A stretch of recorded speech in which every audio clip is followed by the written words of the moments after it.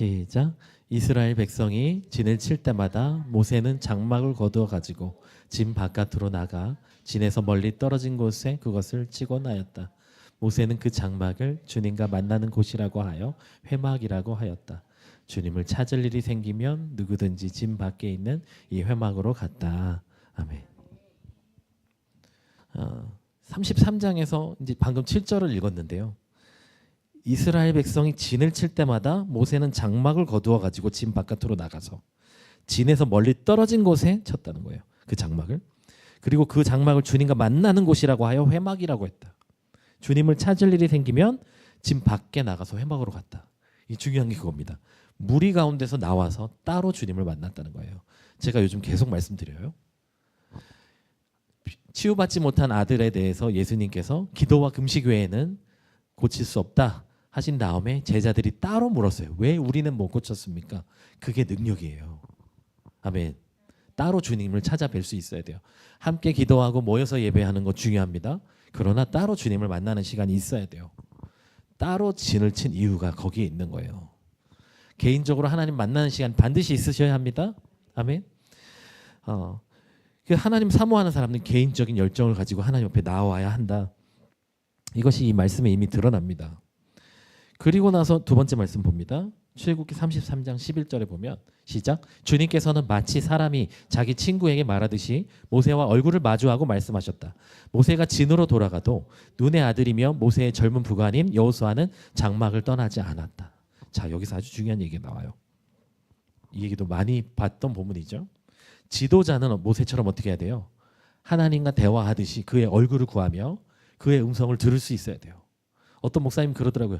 요즘에 하나님의 음성을 듣는 목사들이 있단다. 희한하게 얘기하는 분이 있더라고요. 이제는 화도 안 나고 희한한 거예요. 물론 얘기하는 관점이 다를 수 있지만 성경을 통해 기도함을 통해 하나님의 감동으로 우리는 주님의 음성을 들을 수 있고 들어야 합니다. 아멘. 아멘. 지도자는 기도하는 사람이어야 해요. 물론 모세처럼 얼굴을 보면서 하기 쉽지 않을 수 있죠. 그때는 얼굴을 보여주시던 때니까.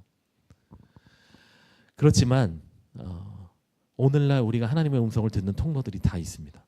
하나님과 그 세밀한 음성에 귀를 기울이고 말씀을 통해 그 음성을 듣고 성령의 감동을 받아야 돼요. 성령의 음성을 듣는 부모, 성령의 음성을 듣는 목회자, 성령의 음성을 듣는 CEO, 성령의 음성을 듣는 선생님, 성령의 음성을 듣는 사장님들 나와야 된다는 거예요. 그래야 우리가 살고 이 땅이 살아요. 하나님 음성 들어야 돼요. 무조건 자기 중심적인 신앙을 가지고 서울시를 하나님께 바친다 그러고 그런다고 되는 게 아니고 세밀한 하나님의 음성을 듣고 순종하는 사람이어야 된다는 거예요. 아멘. 그리고 나서 중요한 얘기가 여호수아 얘기가 나오는데 방금 읽은 말씀에 모세는 돌아갔는데 여호수아는 안 갔다는 거예요. 여호수아가 모세보다 좀 더 회막에 머무를 수 있었던 이유는 모세가 데리고 다녔기 때문이에요. 그렇지만 여호수아는 더 머물 수 있었다. 그가 더 젊어서인지 하나님이 더 이스라엘서인지 알 수 없지만 그가 더 머물면서 하나님의 임재를 누렸다는 거예요. 여기서 중요한 것은 우리의 다음 세대들이 어떠해야 된다? 하나님의 임재의 맛을 알아야 된다. 그래서 너희들이 아무리 게임을 열심히 하고 그것을 통해 얻는 게 혹 있다 할지라도 요즘에 게임 안 하면 같이 놀기도 어렵다면서요. 그런데 세상의 친구들이 다 끊어지더라도 주님의 임재를 아는 사람이 되어야 돼요. 아멘. 아멘. 가끔 이런 임재를 추구하고 친밀함을 추구하면 그렇게 생각하는 분들이 있어요. 감성적이고 여성적이다. 아니에요. 하나님의 임재의 사람들이 세상을 바꿨습니다. 아셔야 돼요. 다윗도 그랬고 여호수아도 마찬가지고 하나님의 임재의 맛을 아는 군사들이었어요. 군대 리더였단 말이에요. 남성적인 거예요. 임재는. 여성적이기도 하지만 남성적이기도 한 거예요. 그래서 임재 자리에 머물러만 있는 것이 아니라 우리는 세상에 나가서 승리하는 자들인 거예요. 아멘. 다음 세대가 금요일에도 제가 자세히 말씀드렸지만 우리는 애굽의 시스템, AI 시스템의 노예가 아니라 예언적인 사람들이 돼서 요셉처럼 꿈꾸는 자가 돼서 그 시스템을 지배하는 자가 돼야 돼요. AI가 아무리 뛰어나도요. 예언적인 AI는 될 수 없어요. 성령의 감동을 탈 수는 없어요. 아시겠죠? 그래서 여러분 진짜 중요합니다. 임재의 사람이 되시고 예언적인 사람이 되십시오. 아멘. 자, 오늘 특별히 이제 이런 기도에 대해서 이제 말문을 열었지만 33장에서 아주 핵심적인 부분들은 기도의 내용입니다. 모세와 하나님의 대화 내용이 중요해요. 잠깐 보겠습니다. 1절부터 3절. 세 번째 말씀. 시작. 여호와께서 모세에게 이르시되 너는 네가 애굽 땅에서 인도하여 낸 백성과 함께 여기를 떠나서 내가 아브라함과 이삭과 야곱에게 맹세하여 내 자손에게 주기로 한 그 땅으로 올라가라. 다 같이. 내가 사자를 너보다 앞서 보내어 가나안 사람과 아모리 사람과 헷 사람과 브리스 사람과 히위 사람과 여부수 사람을 쫓아내고 너희를 적과 꿀이 흐르는 땅에 이르게 하려니와 나는 너희와 함께 올라가지 아니하리니 너희는 목이 곧은 백성인즉 내가 길에서 너희를 진멸할까 염려함이니라 하시니. 아멘. 네, 이 얘기 뭔 얘기냐면요. 야, 니들 너무 싸가지가 없어. 목이 너무 곱고 니네 너무 교만하고 못됐어. 니네랑 같이 다니기가 이제 싫어졌어. 그래서 가. 니들끼리 가. 나는 같이 안 가. 왜냐면 가다가 니들 내가 죽일 수도 있어. 니들 하도 빡쳤어 너네 때문에. 그 얘기예요. 그런데 3절에 보면 땅에 이르게 하겠다는 거예요. 뭔지 얘기냐면 너희한테 약속한 건 줄게. 근데 난 안 갈 거야. 니들이 너무 나빠. 그러자 모세가 대답합니다. 12절에서 16절이에요. 이것도 좀 긴데 그래도 같이 한번 읽습니다. 시작. 모세가 주님께 아뢰었다. 보십시오. 주님께서 저에게 이 백성을 저 땅으로 이끌고 올라가라고 말씀하셨습니다. 그러나 주님께서 누구를 저와 함께 보내실지는 저에게 일러주지 않으셨습니다. 주님께서는 저에게 저를 이름으로 불러주실 만큼 저를 잘 아시며 저에게 큰 은총을 베푸신다고 말씀하셨습니다. 그러시다면 제가 주님을 섬기며 계속하여 주님께 은총을 받을 수 있도록 부디 저에게 주님의 계획을 가르쳐 주십시오. 주님께서 이 백성을 주님의 백성으로 선택하였음을 기억하시기 바랍니다. 14절. 주님께서 대답하셨다. 내가 친히 너와 함께 가겠다. 그리하여 네가 안전하게 하겠다. 모세가 주님께 아뢰었다. 주님께서 친히 우리와 함께 가지 않으시려면 우리를 이곳에서 떠나 올려보내지 마십시오. 주님께서 우리와 함께 가지 않으시면 주님께서 주님의 백성이나 저를 좋아하신다는 것을 사람들이 어떻게 알 수 있겠습니까? 주님께서 우리와 함께 계심으로 저 자신과 주님의 백성이 땅 위에 있는 모든 백성과 구별되는 것이 아닙니까? 아멘. 모세의 대답은 이거예요. 같이 가지 않을 거면 냅두세요. 안 가요. 그러면서 이렇게 얘기합니다. 우리가 주님의 은총을 받은 자면 내가 이제 자기가 받은 은총을 통해서 백성들을 위해 중보하는 거예요. 이 백성을 돌봐주셔야 되고 길을 알려주세요. 좀 가르쳐주세요. 함께 해주세요. 아니면 안 갈 거예요. 그랬더니 하나님이 함께 하겠다. 그래, 알겠다.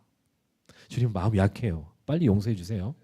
그러니까 여러분 하나님을 잘 하셔야 돼요. 막 하나님을 두려워해가지고 막 죄짓고 도망가고 하나님을 떠나버리고 그렇게 살면 안 돼요. 예수의 피까지 흘려 주셨는데 죄인들을 위해서 용서해 주십니다. 근데 이게 참 의미가 있는 것이 뭐냐면 이거예요. 자, 쉽게 설명드릴게요.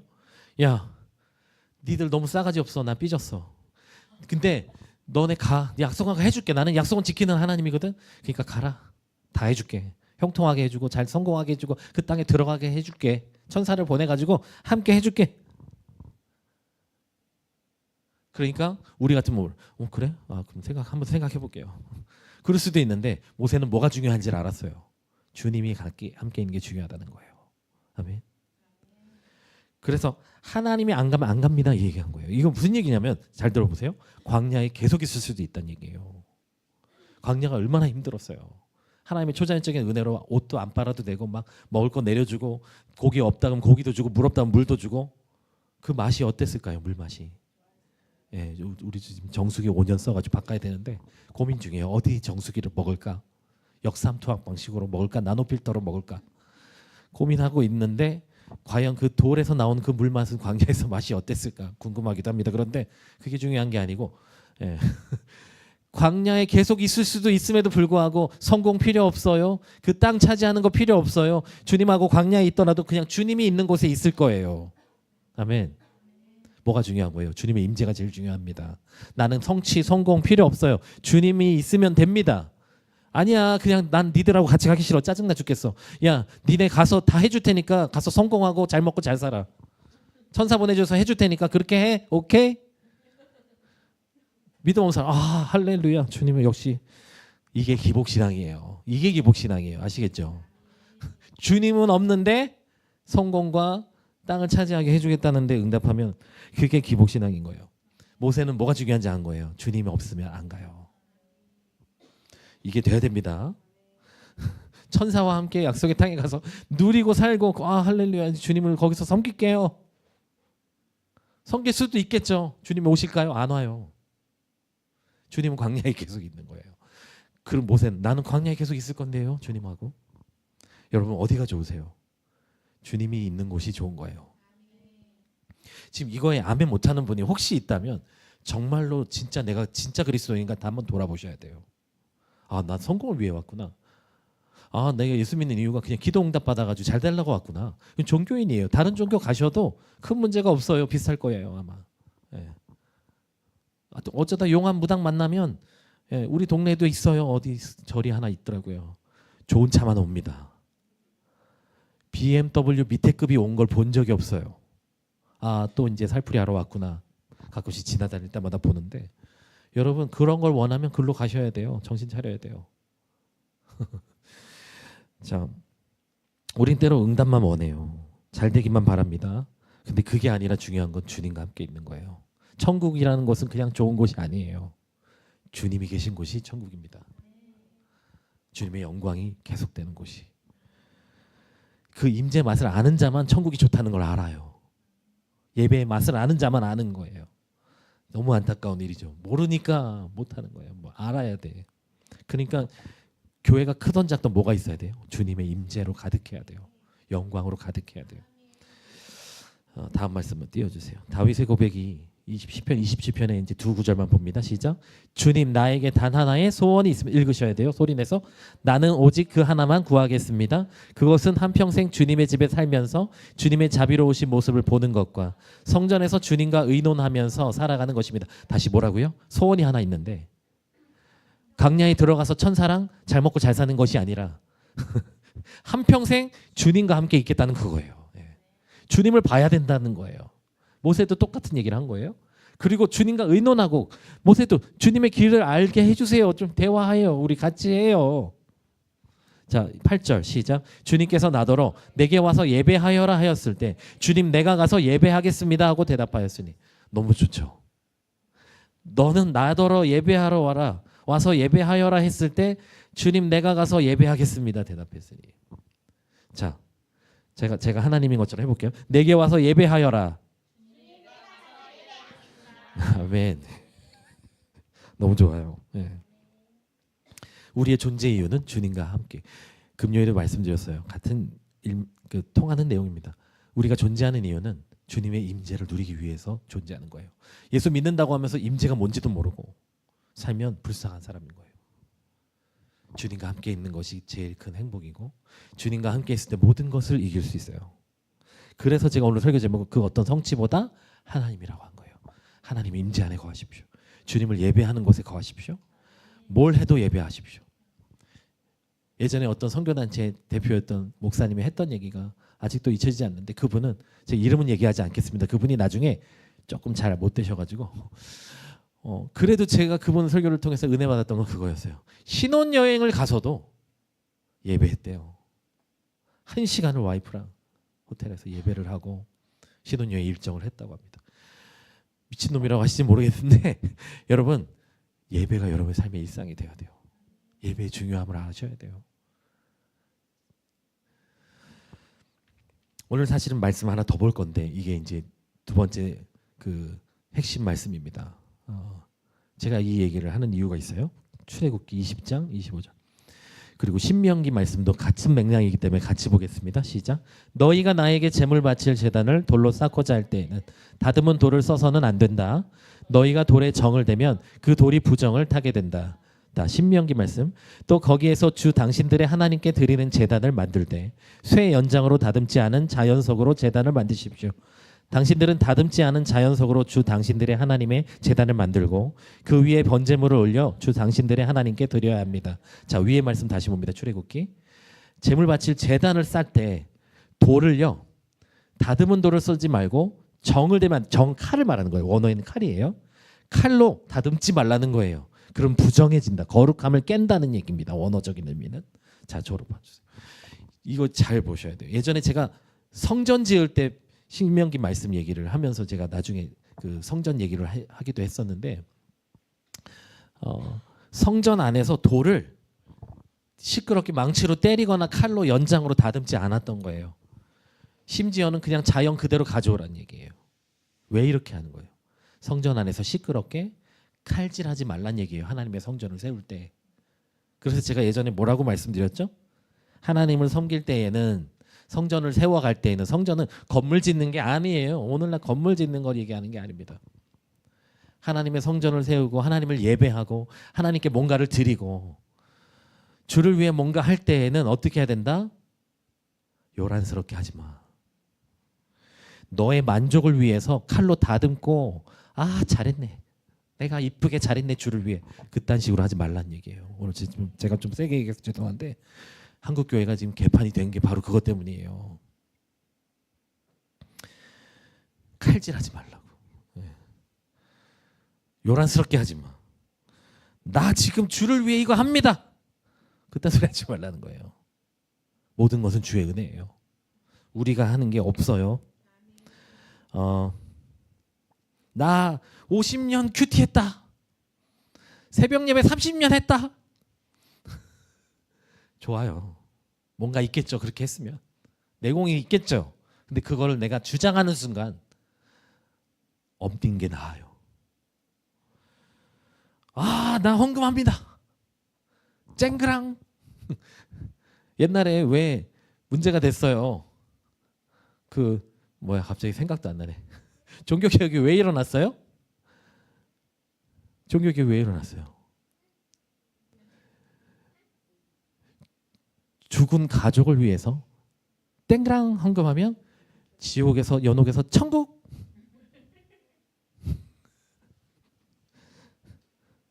더 이상 얘기하지 않겠습니다. 종교적인 타 종교를 비난하는 것이 될까봐 제가 참겠습니다. 그런데 여러분 그런 거는 아니에요. 아시겠죠? 그런 거를 너무 좋아하면 안 돼요. 있는 그대로 가져와. 내가 만든 그대로 와. 순수함을 가지고 와. 너의 순전함을 잃어버리면 안 돼. 나를 향한 그 사랑을 잃어버리면 안 돼. 이것 때문에. 성전 돌 위에 예수님 뭐라 그랬죠? 헤롯 선정 재산. 헤롯 선정 보면서 주님 그래도 헤롯 선전 멋지지 않나요? 그랬을 때 뭐라 그랬어요? 돌 위에 돌 하나 남지 않고 다 무너지리라. 무너졌어요. 별로 중요한 게 아니에요. 건물이 뛰어난 교회들, 건물이 멋지네. 그 말은 할 수 있지만 그게 주님의 임재하고는 진짜 아무 상관없을 수 있어요. 제가 좀 오늘 논란이 되는 얘기가 될 수도 있지만 저는 믿는 대로 말씀드립니다. 진짜 거룩함과 장엄함이라는 것은 유럽의 높은 성당이 아니에요. 그 제가 관광지로 바뀌었잖아요. 그런데 제 친구 중에 한 명이 최근에 유럽 여행 갔다가 뭔가 그 성당 안에서 기도하니까 그 장엄하고 거룩한 느낌이 들었다고. 제가 성찬을 하면서도 이 옷을 고집하는 이유가 있어요. 우리 성도들은 그런 거에 기대지 말라고. 진짜 주님의 거룩이라는 거는 그런 높은 건물과 거룩한 동상들, 천사 동상들 그런 거에 있는 게 아니에요. 주님이 지금 어디 있느냐, 네가 지금 함께하는 분이 누구냐에 있는 거예요. 주님의 임재가 거룩한 겁니다. 아멘. 이게 돼야 돼요. 청바지를 입었든 그게 중요한 게 아니라는 거예요. 아멘. 이거 볼 수 있는 눈이 열려야 되는 거예요. 이게 안 열리니까 맨날 크고 대단한 것만 좋아하는 거예요. 그러다가 진짜 큰일 날 수 있어요. 얼마 전에 이게 문제가 되는 얘기 제가 한몫 보태는 것이 아니라 지금 한국 교회에 아주 존경받는 목사님이 계셔요. 무슨 목사님이 계신데 이분이 문제가 된 것은 교회에서 이분이 원로로 있는데 은퇴한 거죠.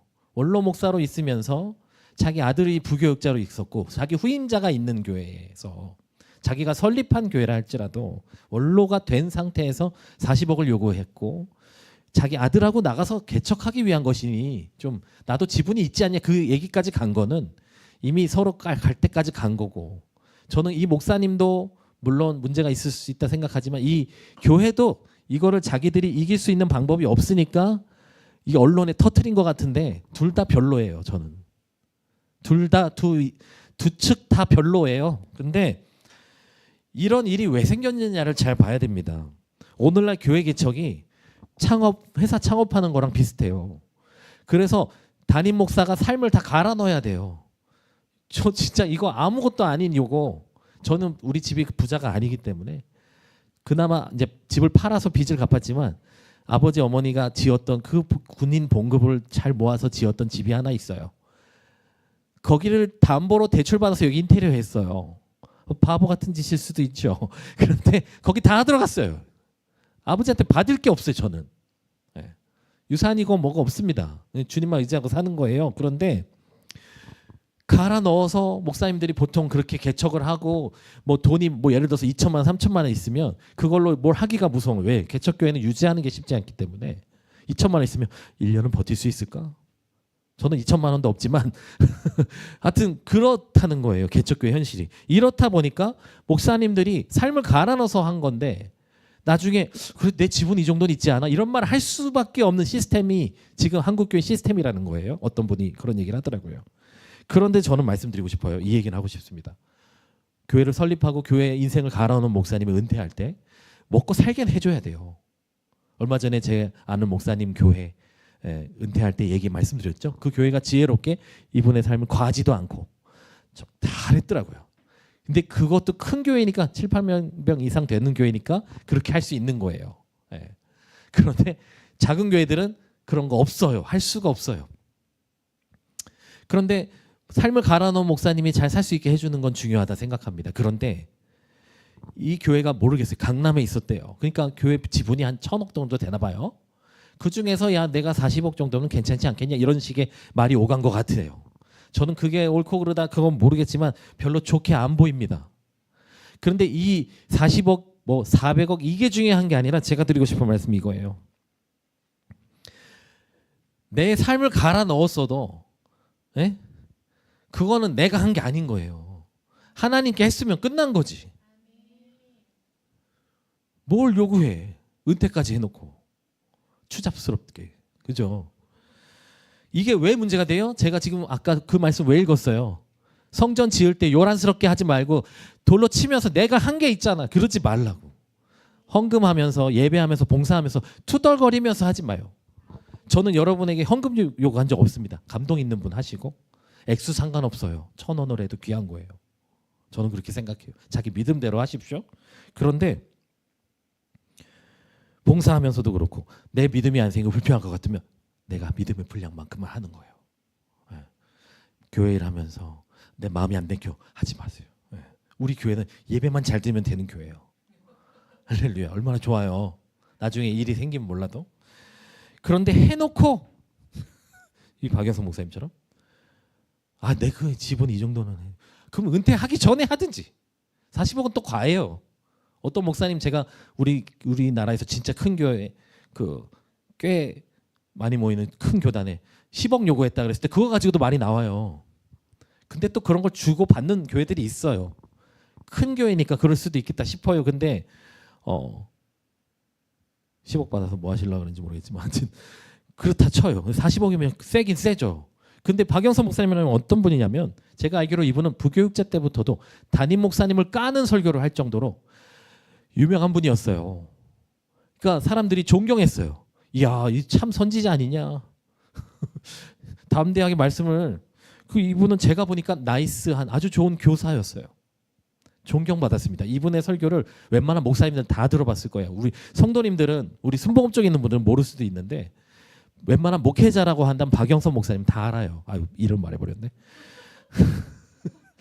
그런데 뭐 다 욕하는 저도 욕하는 건 아닙니다. 근데 어쨌든 근데 교사들 우리나라에는 좋은 교사들이 참 많습니다. 훌륭한 교사들이 참 많고 우리나라 목사님들 대부분이 교사예요.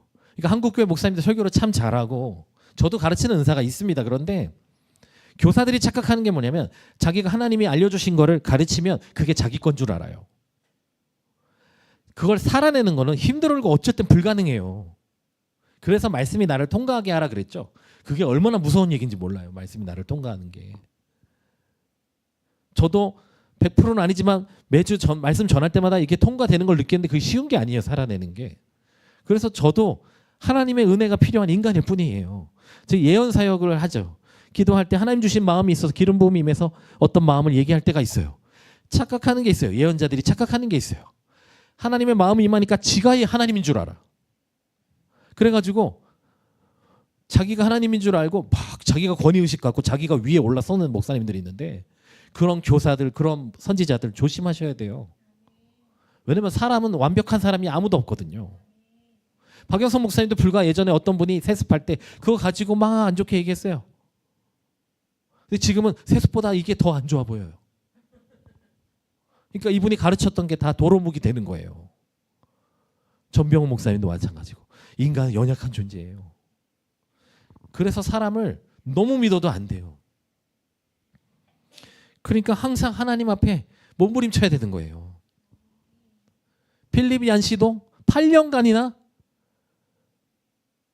불륜. 그렇게 귀한 책을 썼는데, 그렇게 좋은 선생님이었는데, 그렇게 좋은 영성가처럼 보였는데 그런 죄를 지고 있었어.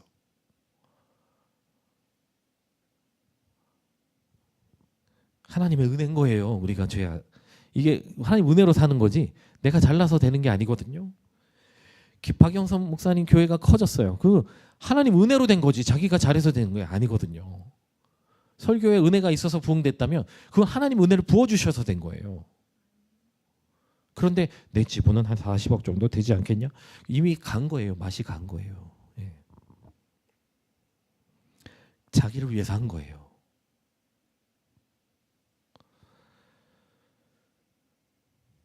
주의 은혜가 임해서 된 거죠. 그죠? 최근에 제가 허브교회 김주환 목사님이라는 온누리교회 출신 이 목사님 말씀을 보던데 그런 얘기 하시더라고요. 찰스 스펄전 목사님이 썼던 예화를 이야기하시면서 잠깐 말씀드릴게요. 한 정원사가 왕에게 자기가 농사를 지은 그 당근이 너무 커가지고, 야, 이런 큰 당근을 보다니 이거는 왕에게 드려야 되겠다. 왕에게 바칩니다. 왕이 너무 감동을 받아요. 그래서 내 마음이 너무 감동돼요. 너에게 큰 밭을 주겠다. 그 밭을 줬어요. 밭을 줬는데 한 귀족이 보니까, 야, 당근 하나 드려서 저 밭을 받았네. 야, 나는 그럼 뭘 드릴까 보다가 나에게 있는 것 중에 좋은 말이 많으니 그 중에 괜찮은 거 하나 드리자. 드렸어요. 왕이 말을 바꾸서 아무 말이 없는 거예요. 아무것도 안 주는 거예요. 그러니까 왕이 이 사람에게 그러더래요. 그 정원사는 나를 위해 이걸 바쳤지만 너는 너 자신을 위해 그 말을 바쳤다. 우리가 그러면서 이 김주환 목사님이 허브교회 김주환 목사님이 이렇게 얘기를 하더라고요. 우리가 그렇게 신앙생활을 한다는 거예요. 하나님께 말을 바친다고 하지만 나 자신을 위해 말을 바칠 때가 많다는 거예요. 우리가 진짜 오직 은혜로 완전히 의롭게 되었고 완전히 구원받았음을 알기 전까지는 우리가 하나님을 위해 어떤 일을 해도 그것은 하나님을 위한 것이 아니라 자기 자신을 위해 한 것이다. 이 제 얘기가 아니라 그 목사님이 그랬다고요. 예. 그러면서 이 목사님이 이 예화를 묵상하면서 두려웠던 것은 평생을 신앙생활하고 좋고 신실한 열정적인 교회 일꾼으로서 장로 권사가 되고 평생 교회에 헌신한 사람이라 할지라도 그는 한 번도 하나님을 위해 헌신한 적이 없는 사람이 될 수 있다라는 것이, 그래서 무서운 것이다. 마태복음 7장에 우리가 주를 위해 기적도 행하고 이것도 행했어요 라고 했을 때 그들은 칭찬과 보상을 기대했던 것이다. 그러나 예수님은 그들에게 나를 떠나라, 나는 너희를 도무지 멀지 못한다라고 하셨다. 결국 동기가 중요하다라는 거예요.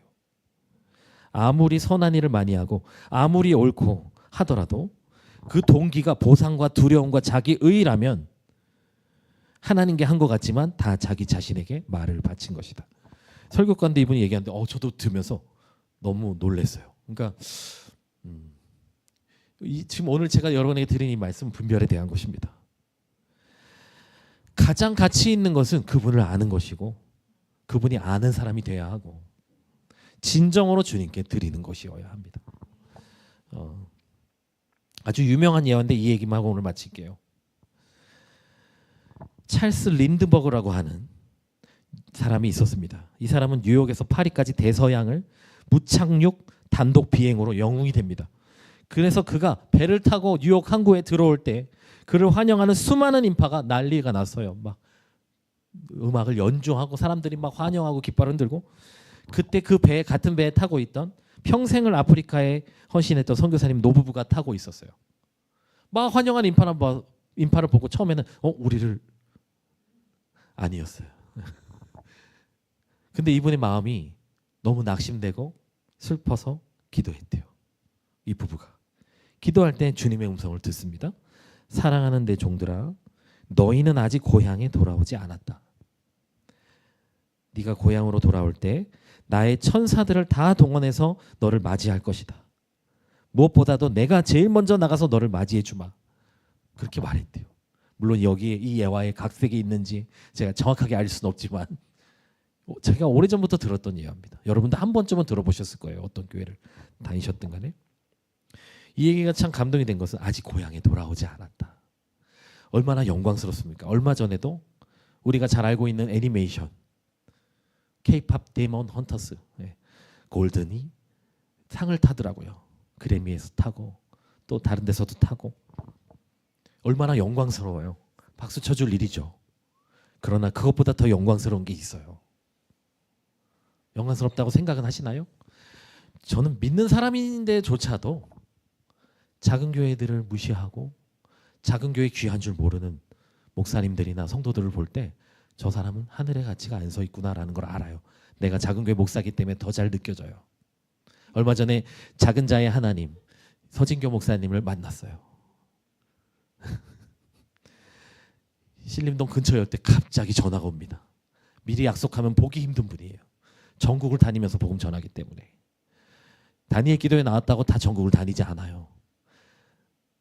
최근에도 아주 어려운 사역을 하시고 지금도 아마 하고 계실 거예요. 항상 많이 돕지 못해서 죄송한데 왔다가 식사하고 갔습니다. 그런데 제가 느끼는 것은 그래요. 크고 대단한 사역들, 크고 대단한 교회들, 그런 것만 바라보면 할 수 없는 일들이 참 많아요. 이 땅에는. 작은 자들에게. 뭐 단지 부르기 어려운 사람 붙잡고 그런 얘기가 아니라, 그건 당연히 우리가 해야 될 것이지만 우리의 가치관이 어디 있느냐가 중요한 거예요. 뭘 가치 있게 여기느냐. 작은 교회여도요, 여기 사람 별로 없어도요, 목사님이 인생을 걸고 목회하는 걸 알고, 목사님 부부가 삶을 다해 헌신하는 걸 알고 진심으로 훈련받는 분들이 계세요. 삶을 걸고.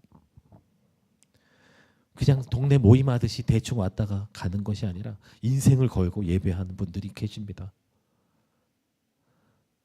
하나님의 교회이기 때문에, 하나님의 임재가 있기 때문에. 여러분 어디에 가치를 두고 계세요? 무엇을 사랑하고 계세요? 어떤 것을 바라보고 계세요? 우리가 바라봐야 될 것은 그 어떤 성취나 성공보다 주님입니다. 주님을 선택할 수 있는 여러분 되시기를 축원합니다. 기도하겠습니다.